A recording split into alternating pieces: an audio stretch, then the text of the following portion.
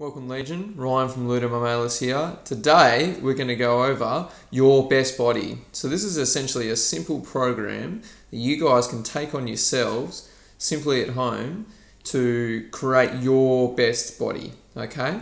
Really simple tips, hopefully you'll get a lot out of it. To set this whole thing off, you need to find a meaning, yeah? So a call to action essentially. So why are you setting out to achieve the goal that you're really trying to achieve? Okay, you really need to find the purpose for yourself. Okay, once you've done that, then you've got to set measurable goals. Now, with your goal setting, we talk about it a lot and you hear it a lot, but ideally what you want to do is make sure that it's quantifiable. So what we mean is that it has a number or a target attached to it. And to kind of keep you on track through your journey, it's a great idea to do it as with some friends or as a group. Okay, so a group of people with all the same common interests. Ideally what you want to do is to get a better awareness of where you're currently situated. So a great way to do this is to take some before and after pictures. Take a picture of where you're at now, and then during the process, either take continuous pictures, continually weigh yourself, get those body fat measures done at certain incremental points, and then obviously at the end, you'll be able to re-measure everything and then see how far you've come throughout the whole journey. Another really great point to keep you motivated throughout the whole journey is to make it competitive, yeah? Either between yourself or with your weight loss buddies, with your group, okay? If someone's, not towing weight, get onto them. It's not necessarily a negative thing. I think we see competition sometimes as so negative. But I think it's such a selfish thing that you don't want to share your journey with other people. Like I said, the greatest achievements done are generally done, if you look on the sporting field, in team-based sports. Even individual sports have a team behind them. They have coaches, they have wives, they have friends. You don't have to do the journey alone. We are such communal beasts. So why don't we embrace it, yeah? I'm sure there's plenty of people out there that have 2 or 3 friends that at least trying to achieve the same kind of training goal or weight loss goal or something like that. So find them and do it together. It's going to be so much easier to make yourselves accountable. The key now is to consistently track. So make sure you're tracking your progress. Like I said, we've got the photos. We can also add in the weights that you're going to be lifting maybe, or your workout times, or you can be looking at your caloric intake. Again, I don't think it's the best measure, but having said that, tracking something is always going to be better than nothing. While you're doing this, it's a great idea to also educate yourself, okay? While you're going on the journey, don't just take people's word for granted like myself. Don't just take my word for it. Start it and then continually learn more from your experiences. So that's a general guide to how you can kind of kick it off. Now, more specifically, what would the diet look like for you to achieve your best body? Okay, so to start off with, we're going to have a chat about foods that make you fat. So really, the main foods that are going to make you fat are your white carbohydrates, okay? So I'm not carb phobic. I'm not saying to go on to a 0 carb diet. It's just these particular foods that you want to pay special attention to that we now know, research has proven this, we now know that these things definitely contribute to you gaining body fat. Ideally, we want to avoid sugar, okay? All forms of sugar ideally. This is to really kick that curb, okay? Because sugar has a very, very addictive quality to it. So you need to make sure that you're getting over that kind of that addiction. The next one is all bread, really. Okay, it doesn't really matter whether it's wholemeal, whole multi-grain, all that kind of bullshit. It's all pretty much the same, and it's all going to break down into the same kind of thing. It's all going to spike your insulin levels. It's all going to make you store body fat. Rice in large quantities. This is also including brown rice. Just because it's not white doesn't mean it's not having a very similar effect as rice does. Cereals, they're pretty much the same as your breads made from your grains. We know that grains can be very detrimental to your health.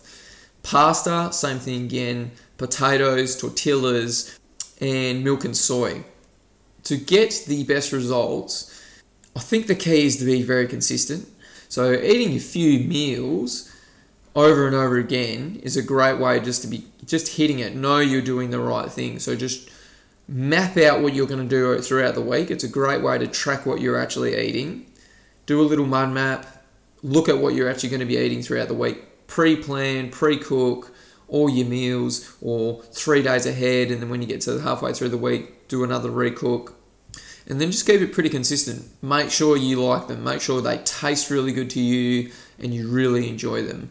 You don't actually need to change it up too much from this. You'd be surprised how easy it is just to be like, yeah, great, I'll just keep having the same thing because I know it's working for me. So some other tips would be don't drink your calories, okay? Generally, if you're trying to gain weight, as much weight as you can, this is what you add in. You add in some liquid calories. But if you're trying to lose a little bit of weight or get the best shape of body that you can, then it's a great idea to avoid things like soft drink, juices, beer, white wine, milk. Okay, try and get most of your calories from whole food. Just because this will take a lot longer to break down, therefore you probably won't overconsume the wrong kind of foods. Most of your fluid should just come from your old mate, water. Okay, get yourselves one of these Camelback bottles. They're a great handy thing to have on tap. Fill it up. You want to do about 2 litres a day. It really does depend on the size of the individual.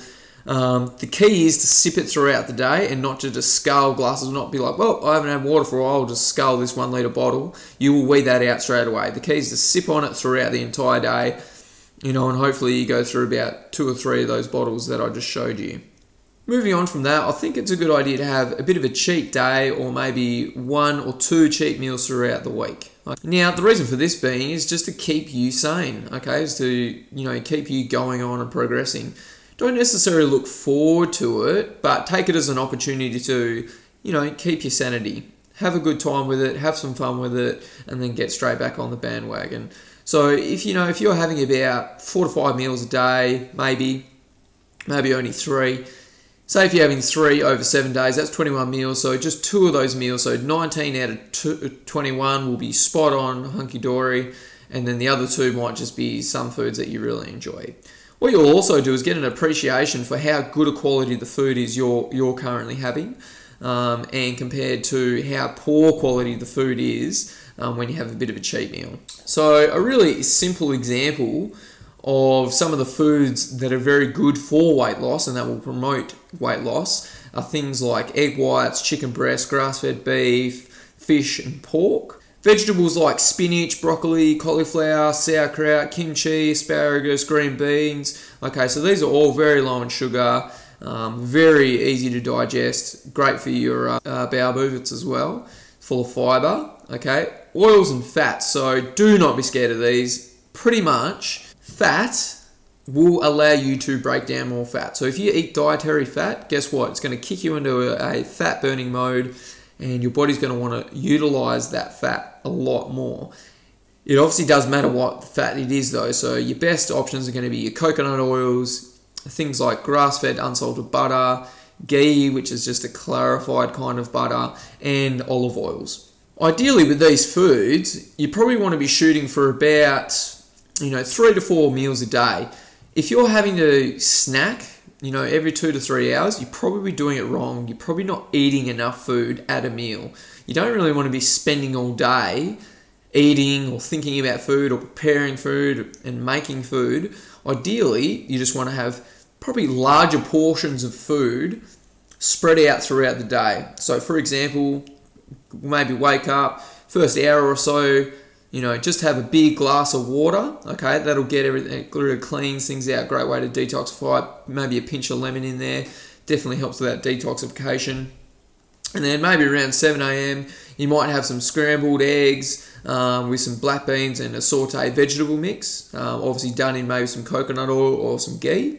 And then around lunchtime, you probably want to look at maybe having some grass-fed beef or maybe some fish, okay, maybe some smoked salmon. Again, maybe some pinto beans, make a bit of a salad mix, okay? And then add some guacamole into there. So the avocado, great source of naturally occurring fats. Keep you fuller for longer. Will definitely kick you into that kind of fat burning mode. Then maybe around 4 p.m, if you want to have like another little snack, you could have maybe an avocado wrapped in some salmon, sprinkle on some sea salt. Again, great source of protein there, great source of omega-3 fatty acids from the salmon, and it'll keep you a little bit fuller for longer. Then you might go to the gym after work, maybe around 6 p.m, train really hard, And then for dinner, this is where you can maybe load up a little bit more on your carbohydrates. Just because you've done a nice intensive workout, you might just want to add in some carbohydrates to help you recover from the session. So maybe you might have, again, some grass-fed meat, maybe a bit of steak, maybe a bit of mince, add in some lentils there, add in some mixed vegetables, maybe like some parsnip, maybe a parsnip puree, things like that, maybe some sweet potato. Anything really that's vegetable based is going to be great. Okay guys, thanks for that. Hope you enjoyed it. There is a nice little PDF that will come along with this if you want to see it in more of a documented form. If you've got any questions, don't hesitate to hook us up on the Facebook or maybe even in Instagram, that's fine. You can send us an email as well at info@ludimamalis.com.au. Thanks for your time guys, hope you enjoyed it. Cheers.